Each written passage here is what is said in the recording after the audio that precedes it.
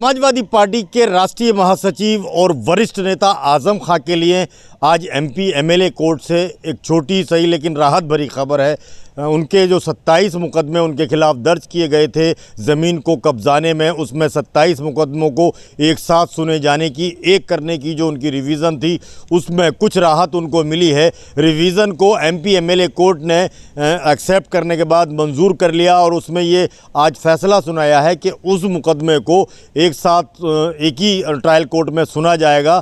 आजम खां की तरफ से ये अपील की गई थी कि जो 27 मुकदमे अजीम नगर थाने में दर्ज हुए हैं, जिसमें किसानों के ये आरोप था कि उनकी ज़मीनों को जौहर यूनिवर्सिटी के अंदर मिला लिया गया है, उसमें कब्ज़ा किया गया है, उसमें मुकदमा दर्ज हुआ था, चार्जशीट लगी और उसके बाद उसमें ट्रायल चल रहा था। तो फिलहाल उसमें एक साथ सुनने के लिए रिवीज़न दाखिल की गई थी आजम खां की तरफ से और उसमें आज फैसला अभी थोड़ी देर पहले ही इसी कोर्ट ने फैसला सुनाया है। ये एमपी एमएलए कोर्ट है स्पेशल।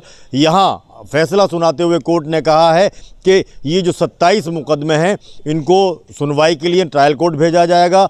उनके अलग अलग मामले होंगे और अलग ही अलग तय होंगे, अलग ही इनमें सज़ा भी होगी। तो जिस तरह से जो रिवीज़न थी आजम खां की वो मंजूर कर ली गई और उसके बाद अब 27 मुकदमों को एक साथ सुना जाएगा। अजीम नगर से 27 किसानों द्वारा कुछ मामले पंजीकृत 27 किसान थे, उनके द्वारा थाना अजीम नगर पर कुछ मामले पंजीकृत कराए गए थे और जिसमें उन्होंने जो अवर न्यायालय है उसमें एक एप्लीकेशन दी थी कि इन मामलों को एक कर दिया जाए और इनकी सुनवाई इकट्ठी की जाए।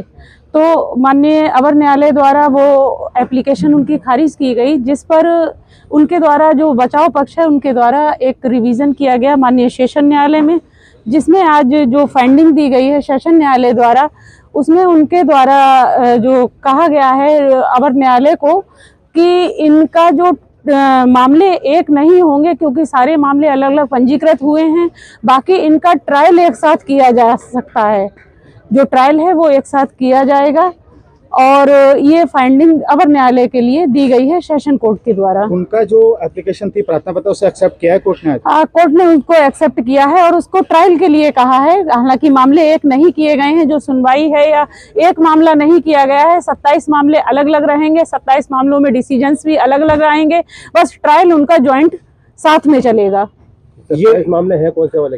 ये थाना अजीम नगर से जो किसानों के पंजीकृत मैटर्स थे, ये वो वाले मामले हैं। उनके अधिवक्ता नहीं, ये ट्रायल माननीय अवर न्यायालय में चलेगा। ये जो रिवीजन किया गया था उस पर रिवीजन में ये माननीय अवर न्यायालय के लिए कहा गया है कि अगर माननीय अवर न्यायालय इसमें एक साथ ट्रायल करे। अच्छा, जो जिसको कैंसिल किया था एप्लीकेशन को आजम खान के अधिवक्ता को, जिसको आज दिया था सुनवाई के लिए, तो क्या क्या मांगे थी उनकी?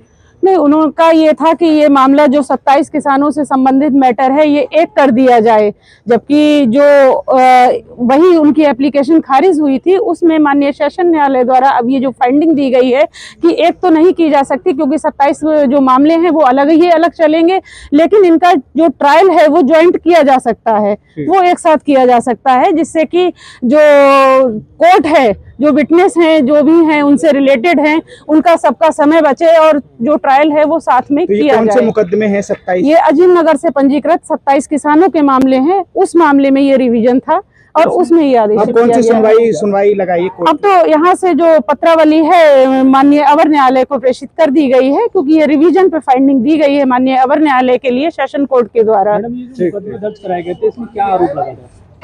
ये रिवीजन है, हम आदेश